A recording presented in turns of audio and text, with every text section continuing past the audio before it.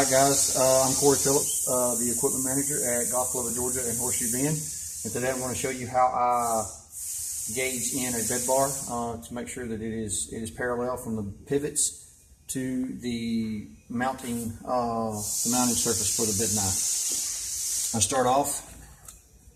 This gauge is one of the handiest tools, and in my opinion, should be required for every bed knife grinder.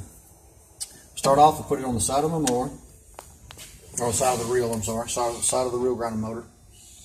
And I go to my pivot. And this will tell me if this assembly, if the motor is traveling parallel to my two pivots. I can move the motor in to zero the gauge out. Down.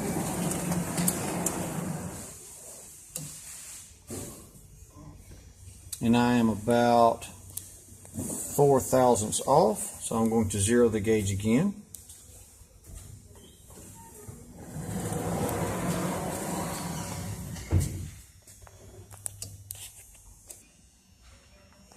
And now I make my adjustment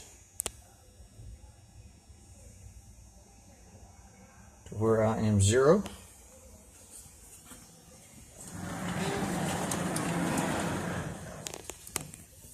There we go, 0 and 0.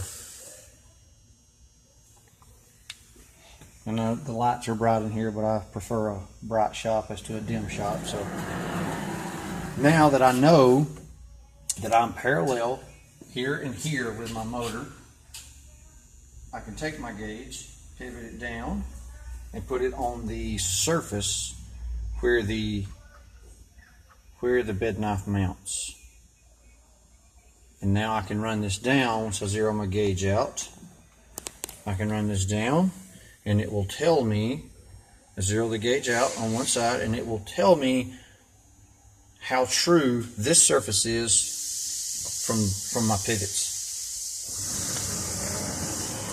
As you can see the needle moving, 15 thousandths. So I'm 15 thousandths smaller on this side than I am on this side, which on a Jacobson machine is even more critical than on Toros and John Deere's, in my opinion, because Jacobson uses a welded in frame. So the parallel between here and here is more critical, because you're bolting the bed bar into a frame that is welded, that is non-movable. There's no adjustments there. So this is 15 thousandths off. Also, when I mount a bed knife to this and I grind that new knife to make that cutting surface parallel to my pivots, I'm going to have to grind off a lot more bed knife material on this side than I do this one. Is this necessary to do to make a knife cut parallel? No, because once I grind the knife parallel to these pivots, it's the same as me grinding the bed knife or the mounting surface to these pivots. But what it will do is save me money in the long run, because I'm not having to grind off as much of my knife to get it parallel to these. So I'm saving the club money by not having to remove as much metal. So that means I don't have to change knives as often. So now that I have that set, all I'll do is I'll scratch with my rock to make sure that I have the surface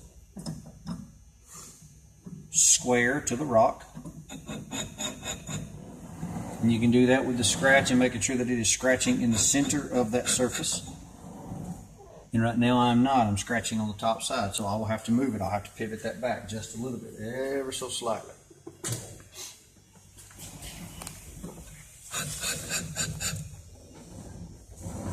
Now you can see I'm scratching here. So I got to come back up just a little bit with it.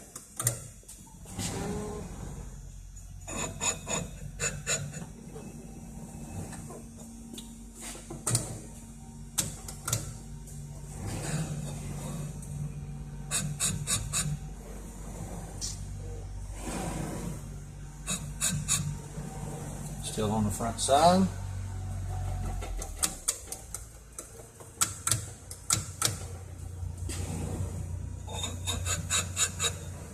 Here it is. My scratch mark is now in the bolt holes, right on where they are. So now I can start my grind process. And because my gauge was hitting down here, or my gauge was reading 0 here, and low. Here, I'm going to grind a lot more material down here. So I'm going to start it down here, and this is going to be a slow grind process. I don't want to take a whole lot of metal at one time. Just very easy. Let it go, come in, check on it every once in a while, and until that entire knife is completely true. And here's one that we have already done. As you can see, nice and smooth surface all the way across, and it is perfectly parallel to my pivots.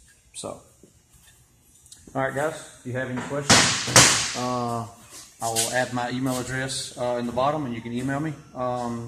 And is this as accurate as I would want it to be? No, because I'm using standard bolts to gauge off of, but it still gets me a lot more accurate than what they're coming from the factory. So, again, if you have any questions, just email me, let me know.